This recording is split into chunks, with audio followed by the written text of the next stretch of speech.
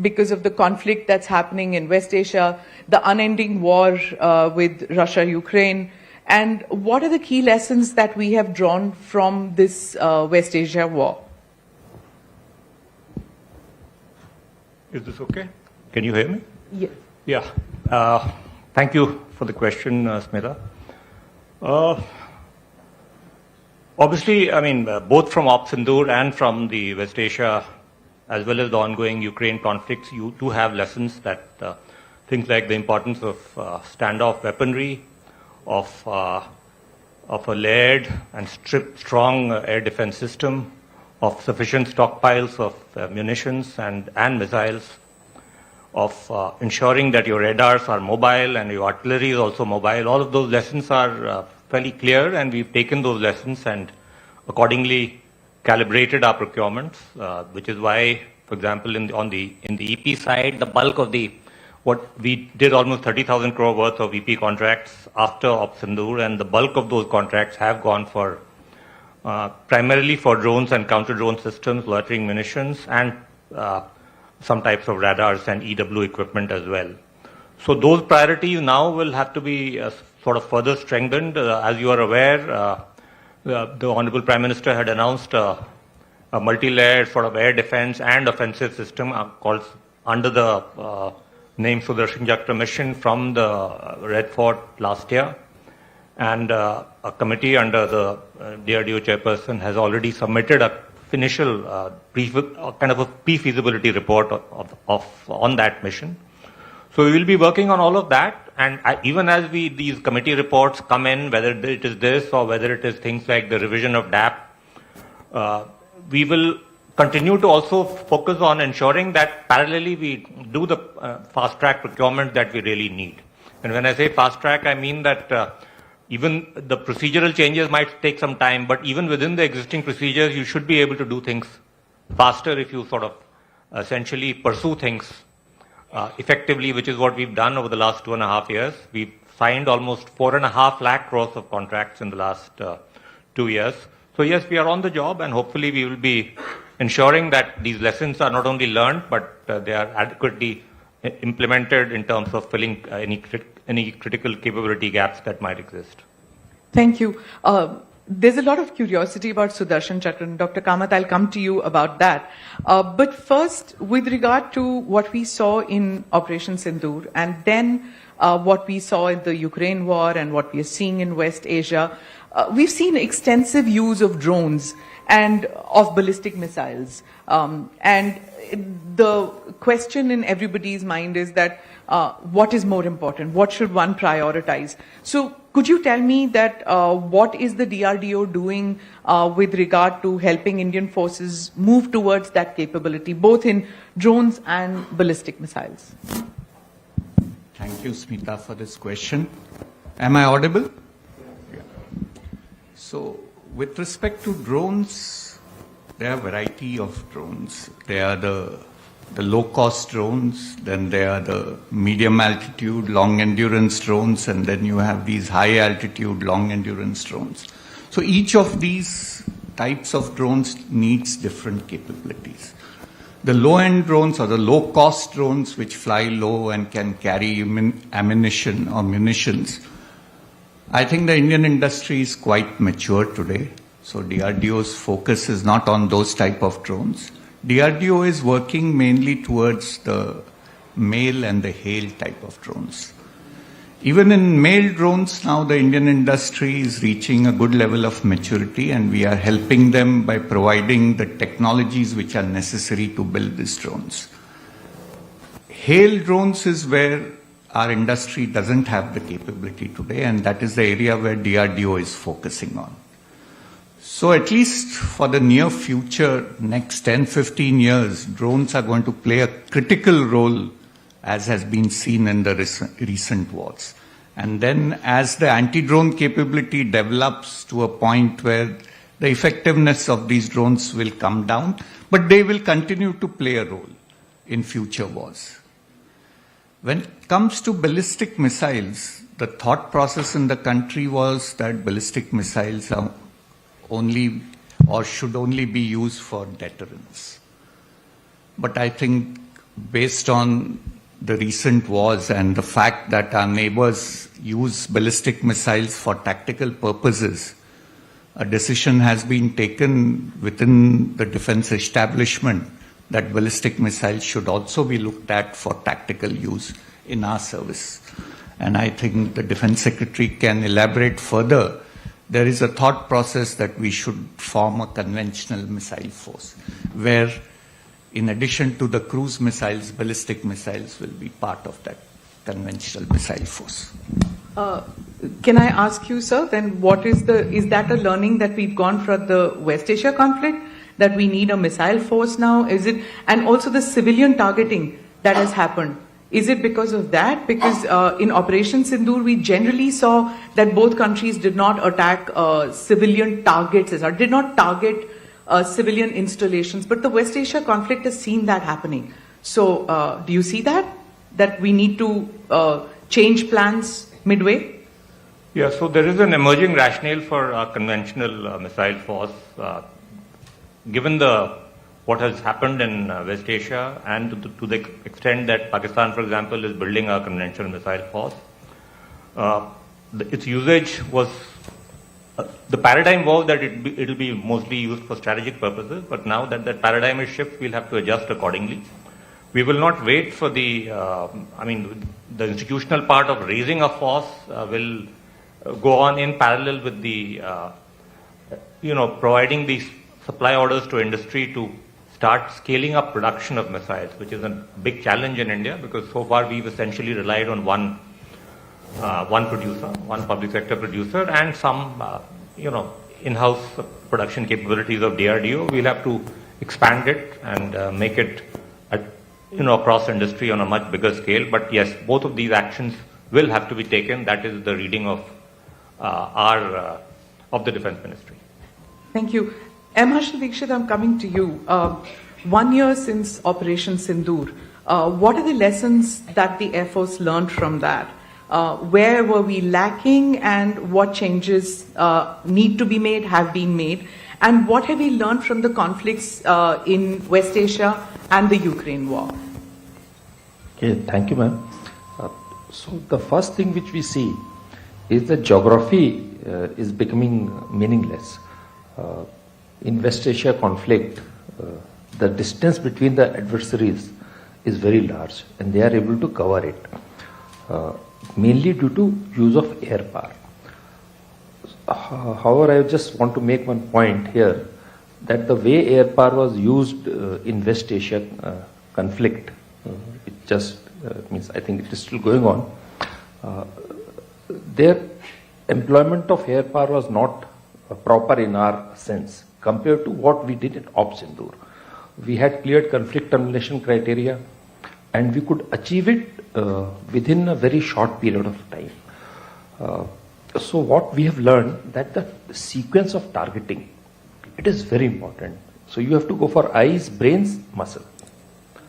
If you don't do that, then your conflict may not, if you just hit the brain first maybe, then the system will continue to work. This is what we have seen in Iran happening. Second is that we should be very resilient, because like we have just discussed, missiles will come now. So sorry to interrupt, because we have students among us. So can you explain this eyes, brain? Sensors, command and control structures, and then field forces. So first you have to kill the eyes, sensors, electronic sensors, radars, there are drones which are taking photos, maybe jam satellites if possible. That is sensor. If he can't see, he cannot do anything. Because in today's world, the fog of war is actually lifting, because the amount of sensors which are available, the battlefield has become transparent. So because of which we have to hit sensors. And once you hit sensor, you have to hit his command and control center, so that he cannot take decision. Now, little bit of military forces which will be left, which are taking decision on their own, you have to kill them. So this is the way, if you go, you will be able to quickly terminate the conflict on your terms. This is simplified version. There are many issues in between which we have to look at. Second is your air defense has to be very good. because your missiles are going to come and all these things will happen. There will be leakers. So you have to prepare for fighting in a situation where a lot of damage is happening around you. So you have to become resilient. Third is you have to have mass precision. Fourth is this production on demand. Suppose if the war goes on longer, though in our case it was short, but you never know. So you should be able to put equipment from shop floor to the regiment or to the squadron in double quick time while the war is on. This you are seeing in Ukraine actually happening. So I think these are the overall lessons in short. But before I hand over to Ajit, just a counter question. I'm sorry. एक बार मेरे पास mic आ जाता है तो just asking you about, when you talk about the sequencing, when you say about the senses, that first you see what is the enemy doing. Probably nobody thought that Iran would get this kind of satellite imagery from China. Did the Americans think about that? Did Israel know that the imagery will be provided by an ally who's sitting separately? So we also probably, when we went for Operation Sindoor, did we see a coordination between China and Pakistan happening? And have we learned a lesson from that to upgrade our skills? Okay, so without being too open about this answer, ma'am, yes, we are aware what is happening amongst various adversaries and how they are shaking hand with each other. If you just look at their equipment profile, you will come to know the answer. 80% of the equipment owned by Western adversary is supplied by Northern adversary. Similarly, now one more, Turkey is also now joined. So there is a separate access. So along with equipment, a lot of support information also comes. So there is no doubt in that, and we have to be aware about that. And you have to take action so that it does not affect you. That is all I can say at this moment. Sir, I would like to ask all three of you, we have been, you have talked about the role of ballistic missiles, sensors, air defense, and these equipment. Now, on the other side, we see that we are also going in for large-scale procurement of 4th generation, 5th generation, 6th generation, 4.5 generation plus fighters, and we have our indigenous programs also. So now we are seeing a time when people are using long-range drones and ballistic missiles, and to very good effect that they are even able to take on superpowers. They are not giving up. So do you think we also have to look more at these equipment than going in for the conventional fighter force and other equipment like that, sir? Is that for me? All three of you, sir. Okay. So, yeah, I mean, that's an old ever since Elon Musk said that, Air Force pilots are no longer required. I mean, this debate has been he's put the cat among the pigeons. I think we look forward to a situation where there will be a combination of manned and unmanned aircraft working together in a network-centric and data-centric environment. That is the way we are proceeding, and therefore we are proceeding with procurements of 4.5 generation aircraft, our 5th generation fighter program, hopefully entirely indigenous, the AMCA, and as well as various unmanned combat vehicle programs that DRDO and HAL are undertaking. So that, I mean, in many of these sort of debates, which are we create a duality where there is actually a kind of a balance where you have to do a bit of both.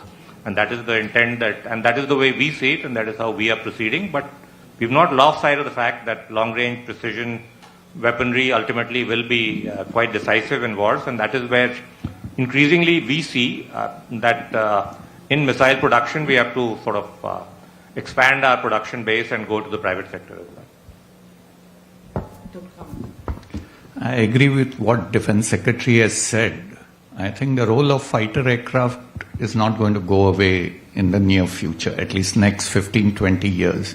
What will happen is the man-unmanned teaming. The manned fighter and the unmanned aircrafts will have to work together, as Defense Secretary said, in a networked environment to get the most effective solution to do attack options? Actually, it's a question about cost effectiveness. Fighter aircraft has repeatability.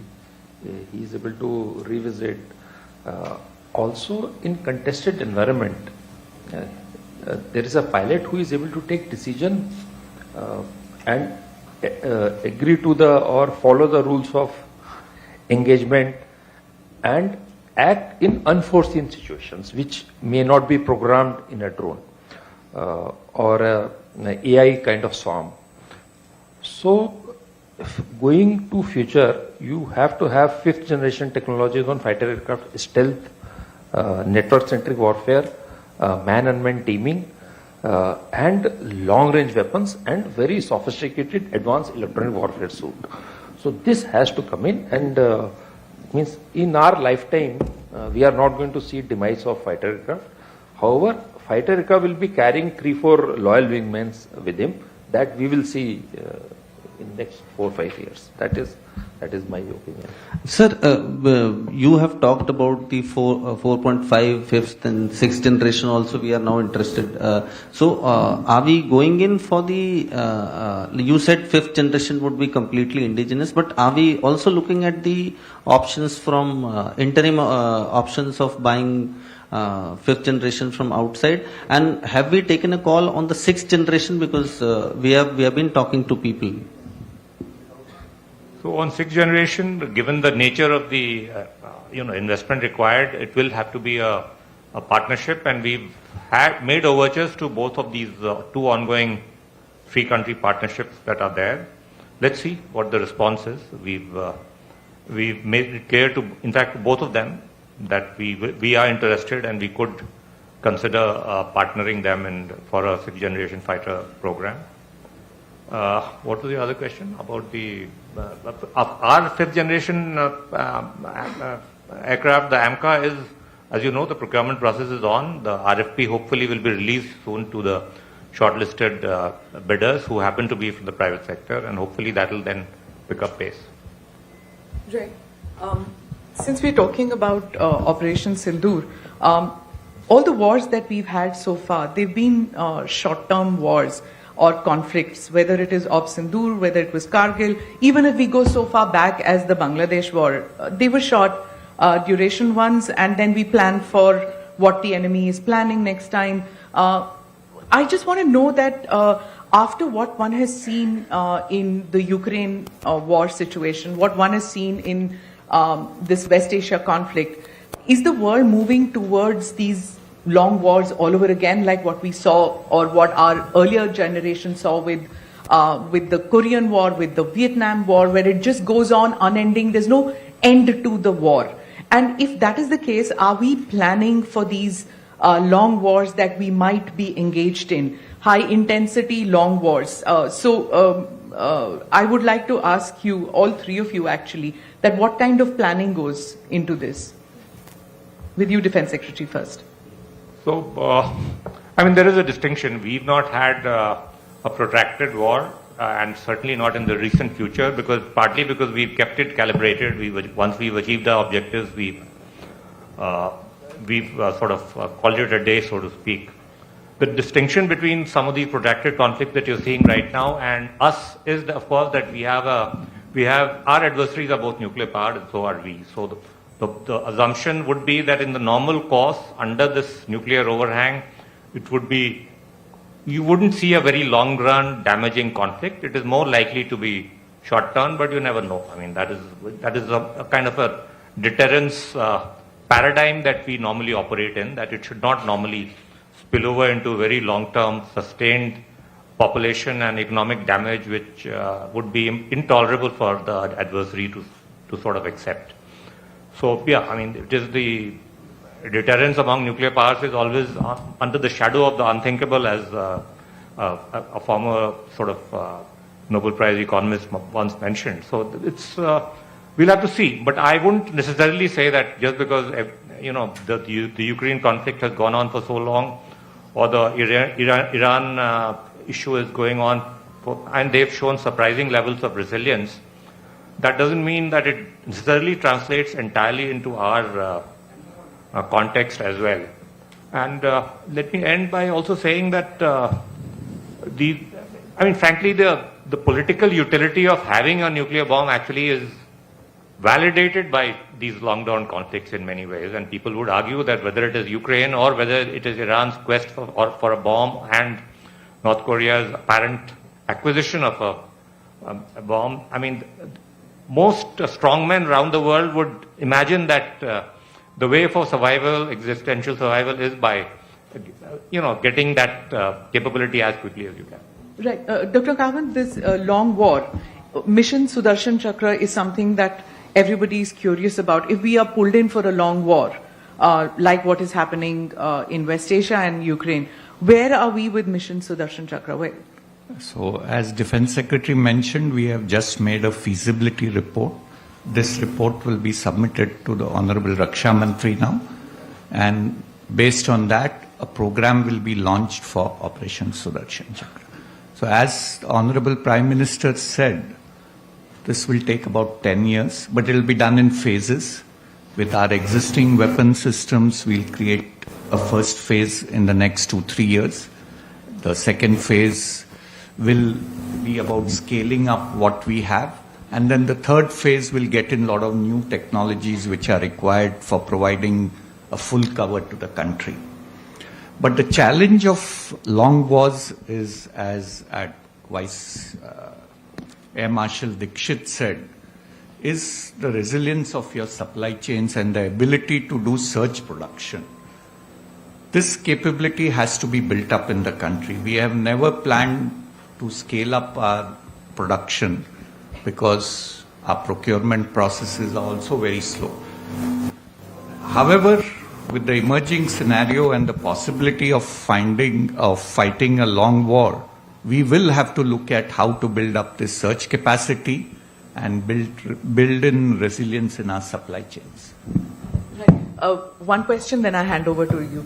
When we're talking about supply chains, what did we learn from Operation Sindoor in this respect? And with this integrated theatre commands, they'll be made fine, but if the supply chains are not as efficient and we keep waiting for the L1 to be cleared, will it be as efficient as these theatre commands, or will it be like dead on arrival? I'm sorry I sound a little pessimistic, but if we have a cumbersome process, then these chains, how will it be delivered to the theatre commands? So there are two different questions in your statement, ma'am. I want to ask the questions before Ajit takes over. Okay. So you're talking of two different things. One is the demand side. That is a process, which is L1 in the, say, colloquial language. That, I think, under Defense Secretary, we have taken good care of. If you, and I am saying this, if you look at numbers, like this year, we have been able to spend 9% more than the previous year. So, in order placement, there is enough furti, the way, if you put it bluntly, it is increased, because I have seen this for a long time now. Now, the supply side has to catch up. Actually, supply side, they are building the capacity. They are still in the process of building capacity, and there are too many players. Consolidation is taking place, and once that happens, then I think we will get supply also going. Another added thing is that our equipment is now getting accepted for export and by other people. So there is some pull from their side.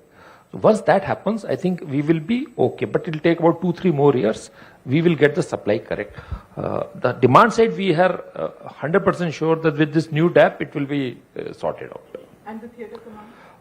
Okay, so theatre command is a concept which segregate force application and force generation. So force application right now is being looked after by the same people who are doing force generation also. That means they are planning for induction, maintenance, training, HR, and same people are fighting the war also. So we are saying that people who fight war should be kept separately, a small group of people, and we are calling it theatre command. where they will make a lot of plans, scenarios, war gaming, and continuously they will keep doing that. That is the main difference. So you'll be using AI-generated products for this also, right? So is that going to happen, and are we ready with that? So, ma'am, AI, we are now started talking, we have started implementing a lot of things related to AI are happening at various levels, from squadron or core level up to headquarter level. Each service is doing a large number of projects. We are learning along the way, and our final thing is the decision support system and how to shorten this loop between sensor and shooter, because see, you have to identify the target and you have to find the best shooter to allot to him. This is what AI will help us with, human taking the final decision. Means we should not take the human out of the loop. So there we are working on this aspect.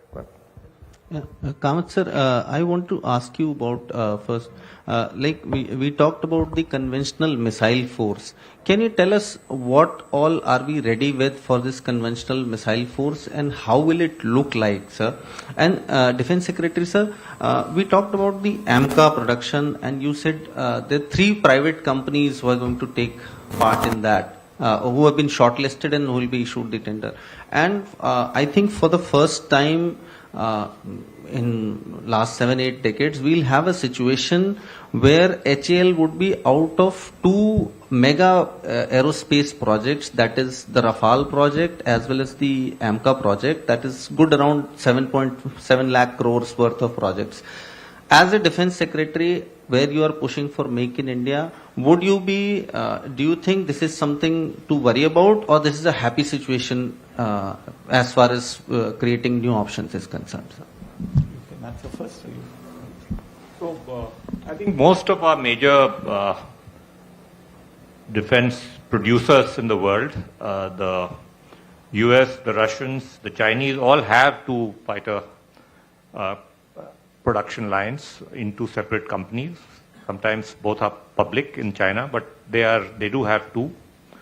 In the current case, I would imagine that putting all your eggs in one basket is not a good idea. You should have at least some levels of limited competition, which is why we are perfectly happy. We would have been perfectly happy if HAL was there in AMCA, but even if they are not, I would imagine this is the prototype stage. So at the production stage, they could still get their chance. Having, in terms of Rafale and what happens there, we'll see. But on the whole, I would prefer redundancy and having separate production lines, hedging your bets across different industry partners rather than confining yourself to one particular case, because then supply chain vulnerabilities also tend to get concentrated.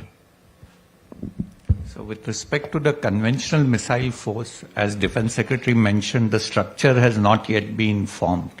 But what I consider would be required in a conventional missile force would be ballistic missiles for short ranges, medium ranges, and ranges maybe up to 2,000 kilometers. So you would need ballistic missiles of these 3 types. And you would also need cruise missiles, you would need hypersonic missiles. So it would consist of variety of missiles which give you the capability of striking at different ranges for tactical application. And sir, can you tell us what is the level of readiness and the missiles that we have for hypersonic, cruise and short-range ballistic missiles? So for short-range ballistic missiles, the Pralay, which is now in the final stages of testing, that should be ready. Then we have some of our strategic missiles which can be converted to tactical usage for the medium range and the higher ranges. With respect to the hypersonic, we are working on 2 programs, the hypersonic glide missile and the hypersonic cruise missiles. The hypersonic cruise missiles is one which has a scramjet engine, and it is powered during its flight. The hypersonic glide missile is a missile which uses a booster to give it the initial velocity, and then it just glides without any powering. The glide missile will come out first. We should be doing the first trials fairly soon, and that is at a more advanced stage than the cruise missile. The cruise missile, the program has not yet been sanctioned, although we are working on the various technologies which will get into the cruise missile. Recently, we have done a scramjet propulsion for more than 1,000 seconds. So that's been a major achievement, and once the program is sanctioned, we'll convert the scramjet propulsion into a working missile system. And I think that should take about 5 years after the sanction. And sir, on the missiles that we used during the Operation Sindoor, BrahMos supersonic cruise missile was one of the main important weapons. Now, one of the issues, the missile is very good, it performed very well, but one of the major issues is the cost, and we are looking at future of low-cost warfare. Everybody wants that. So, are we looking at an alternative which is cheaper and much better than what we get in the joint venture? So we are looking at two ways to address the situation which you mentioned. One is we are trying to reduce the cost of BrahMos, and that is being done by looking at each subsystem and how we can reduce the cost. The second missile that we are looking at is a long-range anti-ship missile, which was the original role for the BrahMos. This is a fully indigenous missile, which can fly faster than BrahMos. And that program also is, we have done 2 development tests, and the 3rd development test is also planned very soon, most likely in the month of May. And once the development trials are over, we'll offer it to the users, and with their concurrence, we'll go through the user trials, and we hope to get it inducted in the next 2 to 3 years. And these are hypersonics? These are hypersonic. But they are glide, they are not powered. So initially they will be boosted with a booster, rocket motor, and then you will have. Question to Air Marshal Dikshit. You know, when Operation Sindoor happened, there was spate of media articles, 2 plane gir gaye, 3 plane gir gaye, and then there were international media, reports also.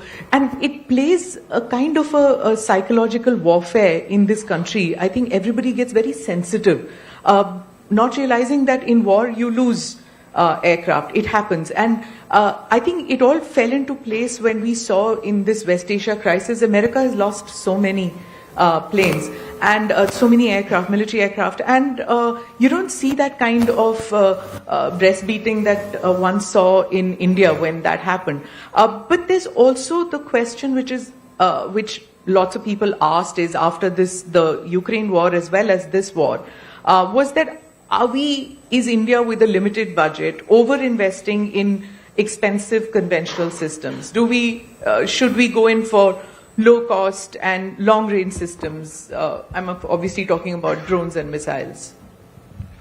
Okay, so yes, drones and missiles, though they may appear low cost, what is their effect? And you see, if you address a target, let's say airfield, if you put down the airfield, it can be easily repaired. So how many times you will be able to send vis-a-vis what is the cost of the weapon which is getting delivered from the aircraft.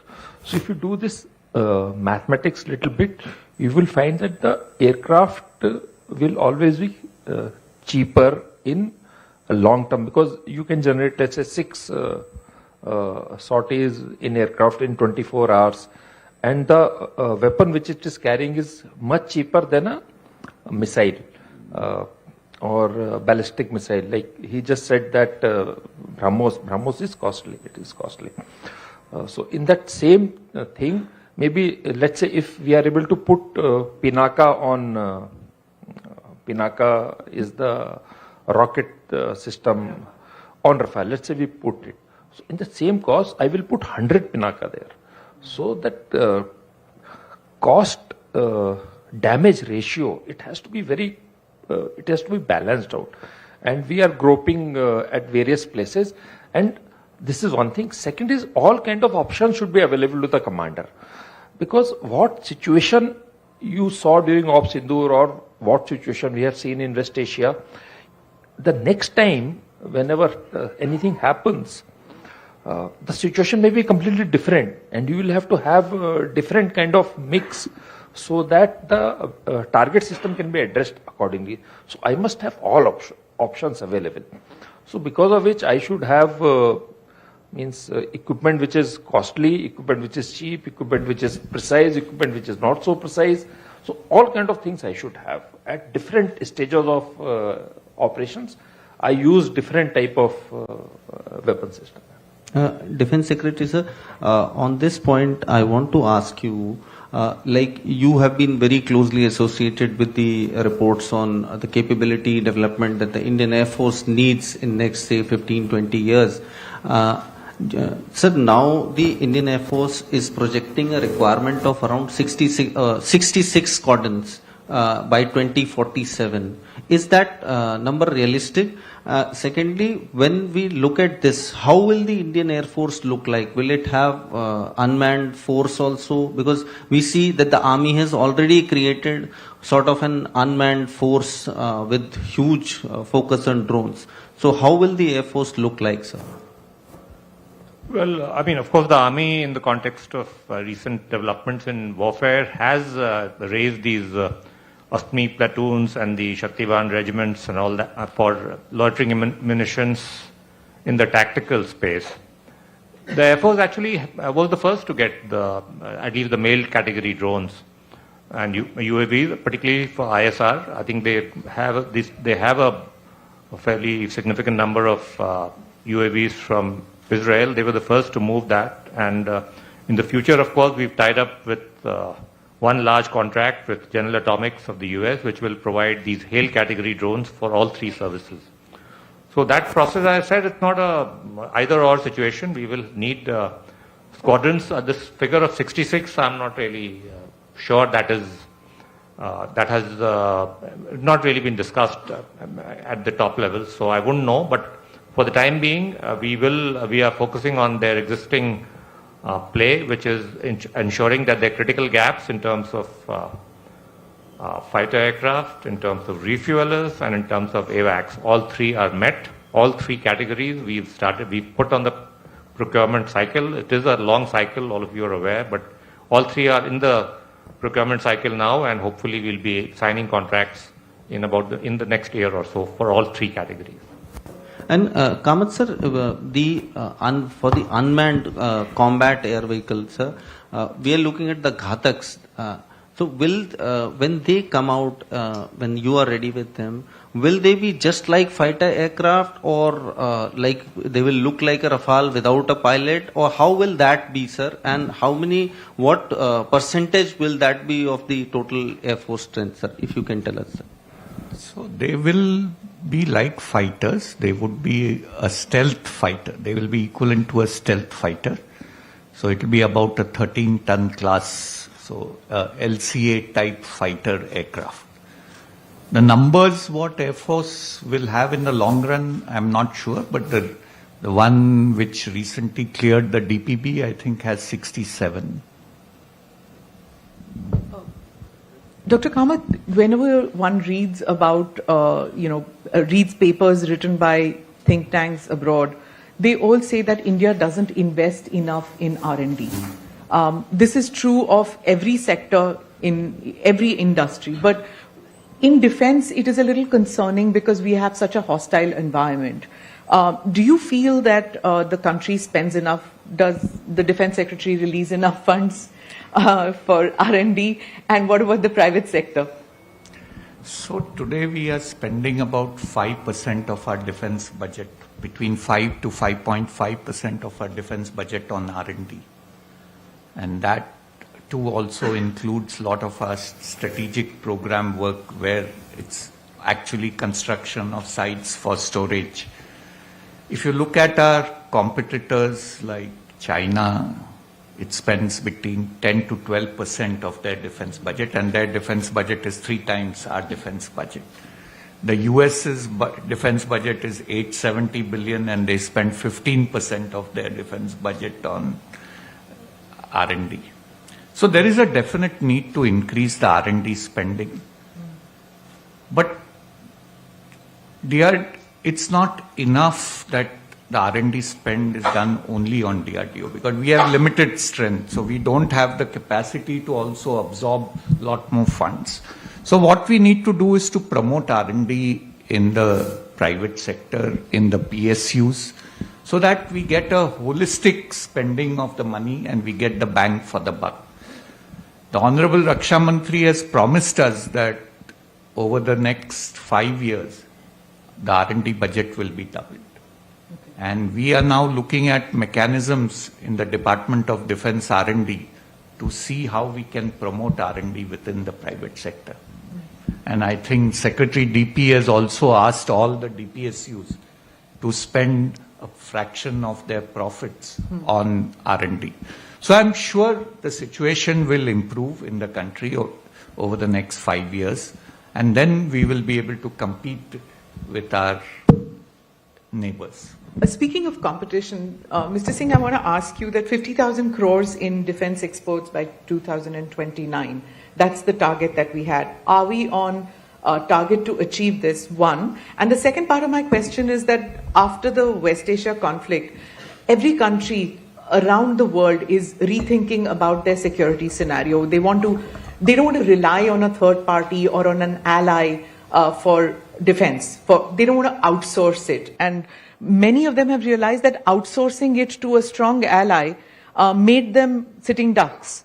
So tell me, are we going to see renewed interest in our defense sector with other countries wanting to purchase from us?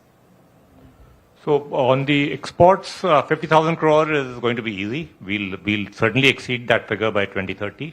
We've done 38,000 crores last year, which is a 61% jump over the previous year.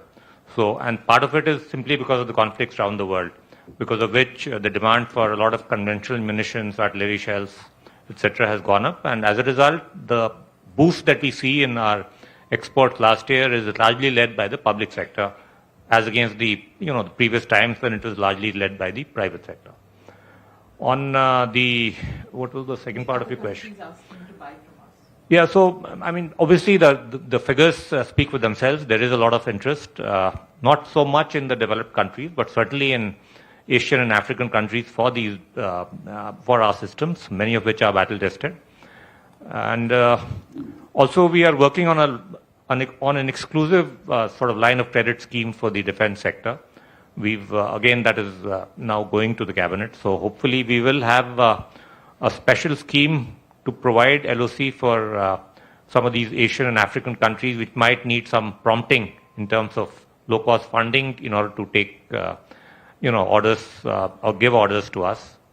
So that is, I mean, as I said, 50,000 crore will not be a problem. You talked about alliances and alliances fracturing. I would say alliances are fracturing in the sense that maybe the Europeans feel insecure about the, about the American umbrella, and now they are therefore, to a great extent, they've reached out to us. They've signed a strategic partnership agreement with us quite recently, and a lot of B2B sort of negotiations are ongoing to have defense industrial partnerships at scale between EU and us. The Italian defense minister is here today, and he's, he and other European countries are really keen on partnering with India because they know that while the technology is with them, the production scale and the cheap labor is not available with them simply because they have aging population. They hardly have any, any labor available to take care of their own basic requirements. In fact, they are needing to import labor. So you will see those partnerships grow, but alliances sort of reshape themselves. I mean, in response to, the NATO umbrella sort of be looking a little, this thing, the Germans and the French are talking to each other about, sharing the French umbrella and all of that. And of course, you have the Saudi-Pakistan strategic agreement whose details nobody knows, but that is also there. So yes, I mean, all that will, alliances will reshape themselves, but I don't think it's a question of people going it alone. But yes, it is a question of people generally rearming, devoting more attention to supply chains and to trusted geographies rather than to, supply chains that may be vulnerable during conflicts. Yeah.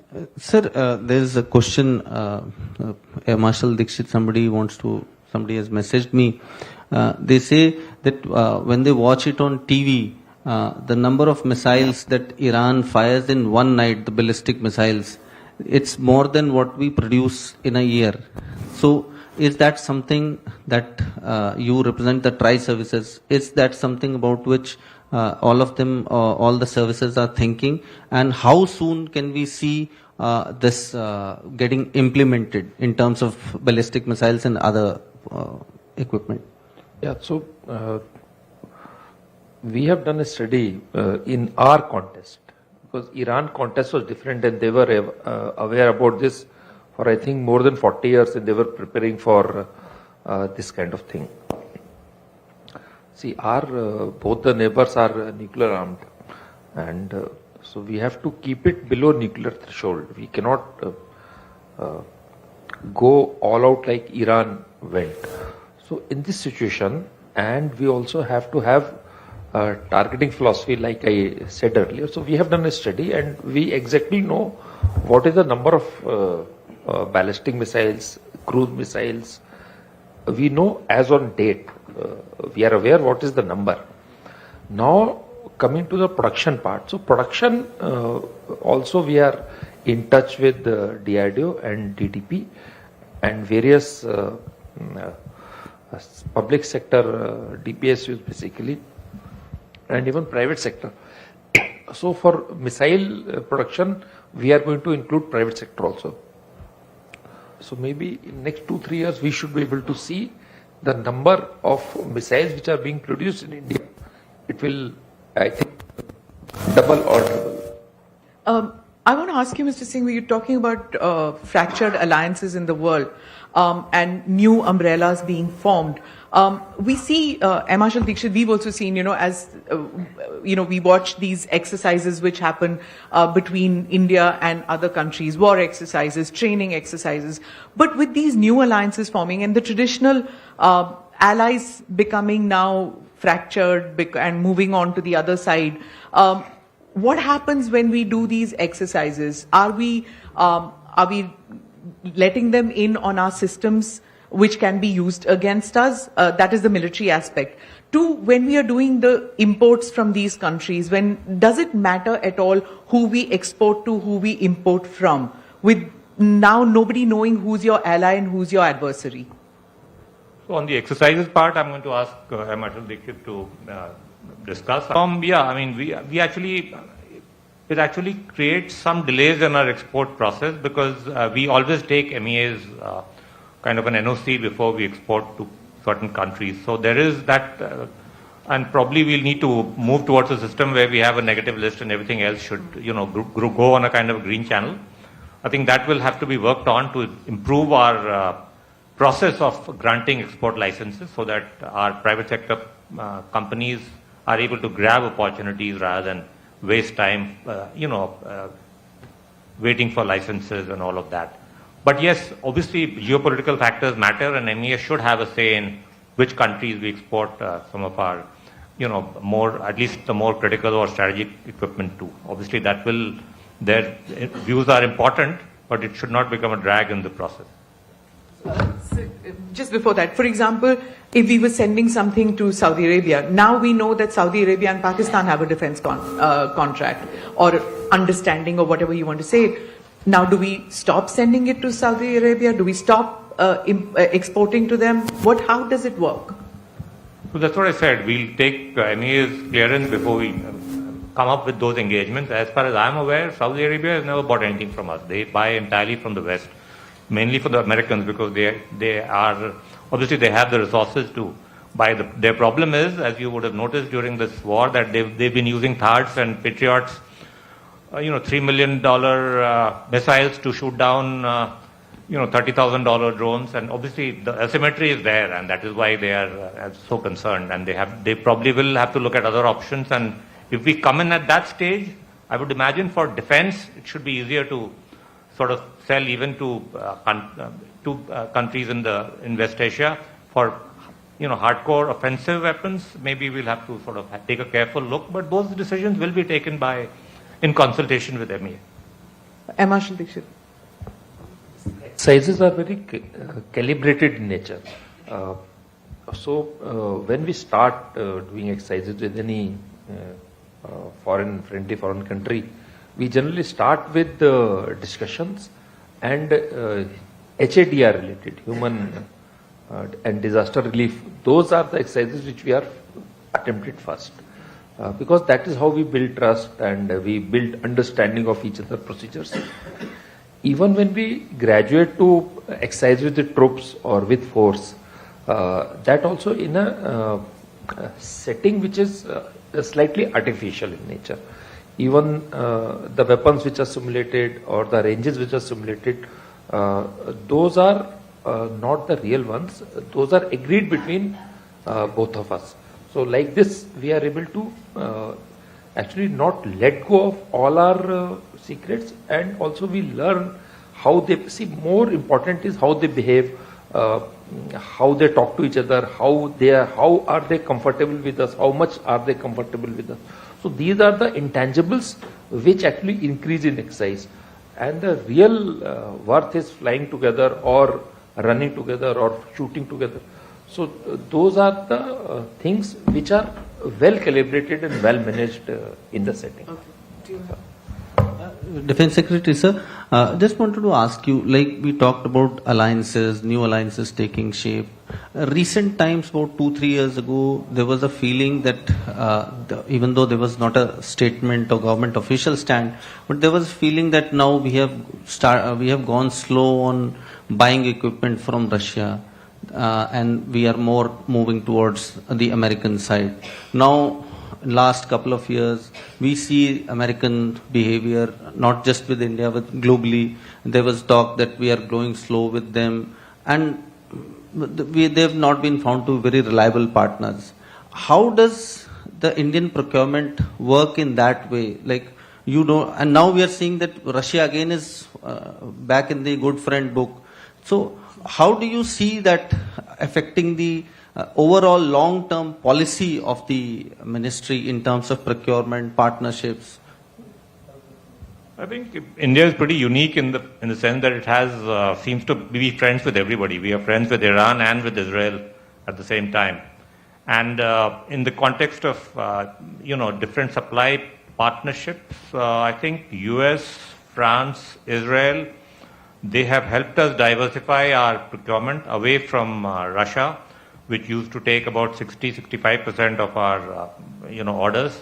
Now it is down to about 40%. So yes, there is a diversification away. We are picking and choosing based on our interests, our priorities, and based on the equipment that we need. And for the most part, I think almost 100% of the time, we take decisions based out of our strategic autonomy, based on our choice of what we do. I mean, we took the S-400, I remember, at a time when there was, some concern and some pressure from the US not to sort of go in for that. And I'm sure the political leadership in this country will continue to exercise that sort of independent pathway towards procurement decision making, and we will not let others guide us on what we take from whom.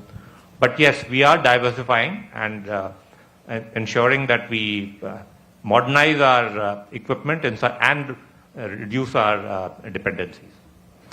Kamath sir, during the Operation Sindoor, globally it was talked about that it was a battle between Chinese weapon systems versus the Indian, French, Russian and other origin systems from the Indian side.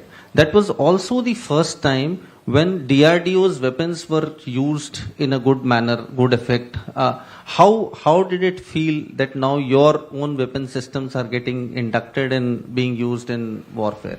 It was a matter of great pride for us that the weapons which were inducted into our service from DRDO partners, because DRDO doesn't produce the systems, we do the development and the production is then done by the industry, that our developed weapons were used extensively during the 4-day conflict and they have performed reasonably well. So it was a matter of great pride. It has given the scientists the more motivation to work harder and produce weapons which will then serve our services in the future. And sir, how does it feel when you see that in striker versus WAP kind of battles on social media, you don't have to say anything and there is a huge army fighting for you? Let me not comment on what happens in the social media. I think it's best left to reporters like you. I will stick to doing my work, and we So, will sir- not take part in battles on the social media. So, Dr. Kama, to you, when you talked about Operation Sindoor and the success stories and the sense of pride that you had with regard to, weapon systems competing with the world's best, China probably learned its vulnerabilities in that conflict. Did we learn about our vulnerabilities in Operation Sindoor 1? Because many say that the conflict probably ended quickly because we learned what we had to learn and now we are upgrading it because technically Operation Sindoor is still not over. We are still in a situation where we need to learn and upgrade. So what are your priorities now to plug those vulnerabilities? Yeah, so every battle gives you some lessons and you have to learn from it and improve your systems. One thing is very clear, you have to be able to operate in GPS denied environment. EW environment also is going to be very important. Your weapons, your platforms have to operate in a EW dominant environment. Of course, the technologies are also changing very dramatically. You have to adapt to these technologies. AI, we are introducing AI-based decisions making in all our sensors, weapons to speed up their decision making. We are also focusing on directed energy weapons. As it was mentioned, the cost effectiveness of your response is also very critical. You can't be firing $3 million missiles at $30,000 drones. So directed energy weapons where the cost per shot is only in 100 rupees or 200 rupees are the way to go for defeating drones. If there is a swarm of drones, and you will need a directed energy weapon based on microwave. So we are working on those solutions. Yes, we have learned the lessons from this short conflict and also from the conflicts which are going on globally, and we are implementing in our systems that we develop. Sir, the audience wants to ask all three of you, does India need a long-range strategic missile like what we know about the Agni 6? If yes, by when is it coming? So I will say no comments. It is the government's decision. We are ready whenever the government gives us the go-ahead. The government is sitting here. Political leadership. Political leadership is the right. Right. Dr. Dikshit, Air Marshal Dikshit, I have to ask you about the drone swarms. How are we, as civilians, we are all terrified now, like not just about fire safety if you're living in a high rise. You're also worried when you look at, how in this West Asia conflict, civilians living in buildings were targeted. How do I know sitting in a high rise building that there are some Indian Air Force personnel living in this building and Pakistan would target them in that? It's just a valid question of fear.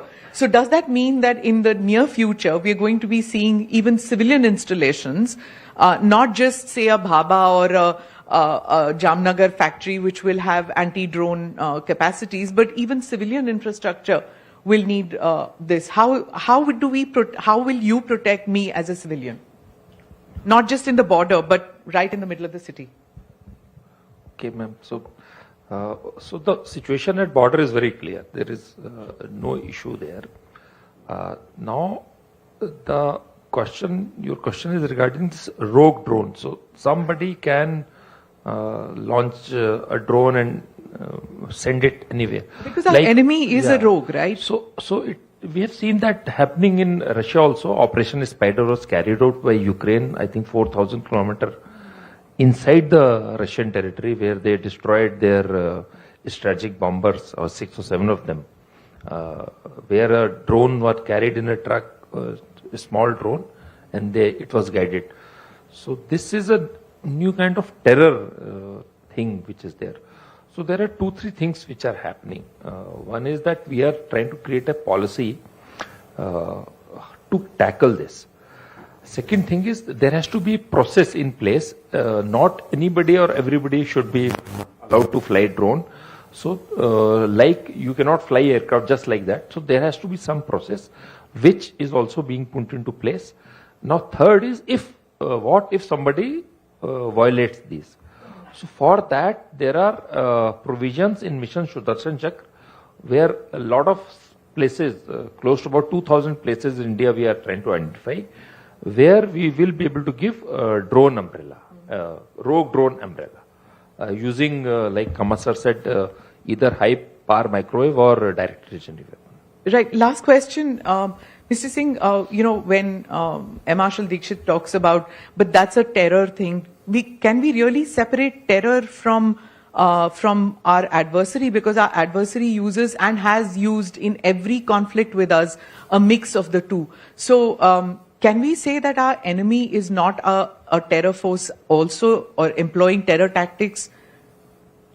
So we've never made any secret of the fact that we believe they use terror as an instrument of state policy, and they've been doing it right since almost immediately after independence, when they used tribal fighters to try to get into Kashmir. So there's nothing new about that tactics. It hasn't changed. And what has changed a little bit after Op Sindoor is that we've made it clear that for terror attacks that target our civilians, our infrastructure, which are directly traceable to their country, we've made it clear, the Prime Minister has made it clear, that the new normal is that we will then respond invariably at a time and place of our choosing, so that some level of uncertainty hopefully will get baked into their systems as well, and that it will not be a costless exercise for them to carry out terror attacks, which they thought they could with a combination of deniability and obfuscation, they could do with impunity. That at least that impunity